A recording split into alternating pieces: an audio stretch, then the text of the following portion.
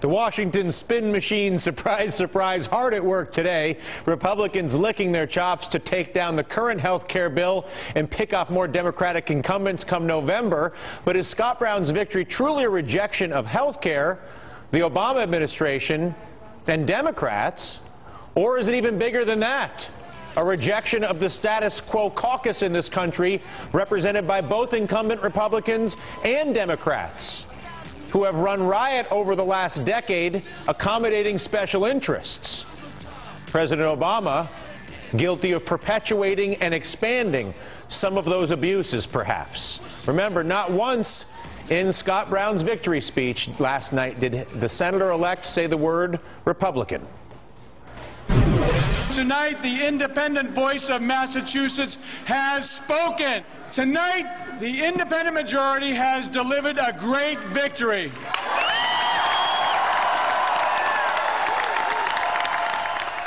Well, joining us now, Indiana Republican Congressman Mike Pence, chairman of the House Republican Conference, and Congressman Pence, welcome back. It's nice to see you. How do you look at this in the context of the status quo?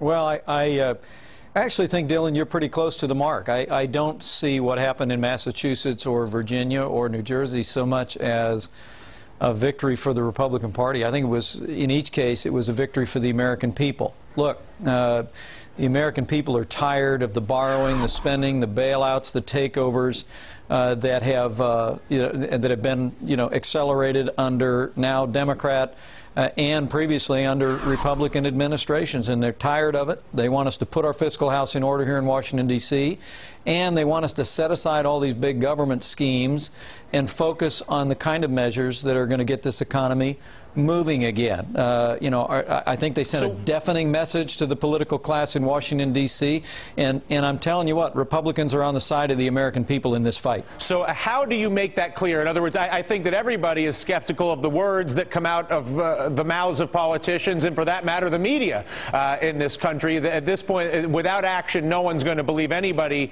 when it comes to going to the voting booths. What can Republicans lead, ask for, create in the agenda in the form of action, not rhetoric, that will validate some of what you just said?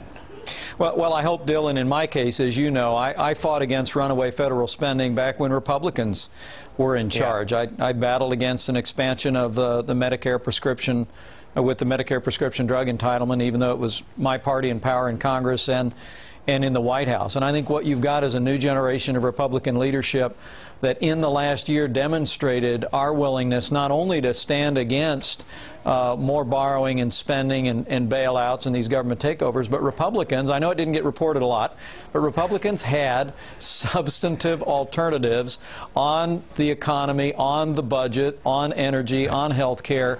And as we meet with the president next week, our hope is that now, having heard all of us from the American people, that we're going to be able to get a willing ear at the White House and among Democrats on Capitol Hill about some of our proposals to get the economy moving again and get spending under control. But just for the fun of it, let's just talk about a couple of pieces of low-hanging fruit. First with health care, and then I'll ask you one on the banks.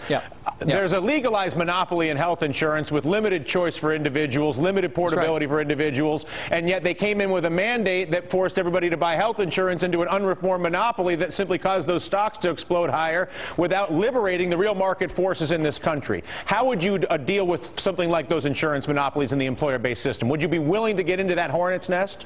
Don't you think you have to? I think you absolutely have to, and I think the American people know the way you can lower the cost of health insurance without growing the size of government is just let the American people purchase health insurance across state lines, the same way we buy auto insurance. I remember after I was on your show the last time, I think it was Senator Wyden who stopped me over in a hallway in the Senate and said, hey, saw you on television, and I'd love to get together and talk to you about my idea about allowing Americans to purchase around the country.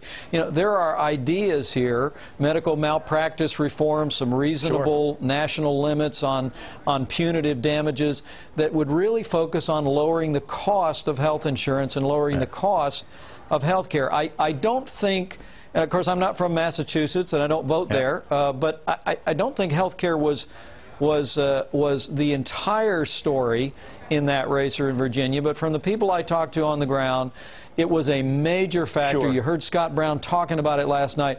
The American people want health care reform, but I think whether it was Virginia, to some extent New Jersey or Massachusetts, they said not the big government takeover that's been moving through the Congress so far. And you and I both know you don't have to be Teddy Roosevelt to recognize that monopolies are bad for the future of America. Whether it's an insurance monopoly, a banking monopoly, and I don't care what it is, a monopoly that controls the government is good for the monopoly and may have influence in the government, but it's not good for the people. That's right. Thank you, Congressman. We really appreciate your time. Republicans, of course, calling Scott Brown's stunning victory in Massachusetts, at least some of them, and obviously Congressman Pence has his view and others have theirs, but there are some in the Republican Party basically saying, listen, this is about the health care plan, point blank. But is it that, or again, is it a larger wake-up call to everybody, as we believe that it is? And even Congressman Pence, by the way, agrees. This is not lefty-righty. This is not health care banks. This is who do the politicians work for, and do they work for those who are the special interests that they try to accommodate, or do they work in the future interests of America, our children, and our children's children?